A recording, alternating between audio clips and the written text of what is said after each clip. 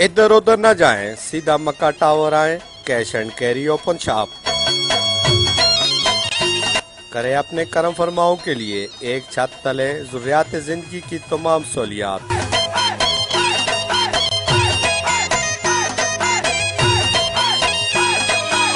मानसेरा में पहली बार import export Asia का बुनियादी मरकज मक्का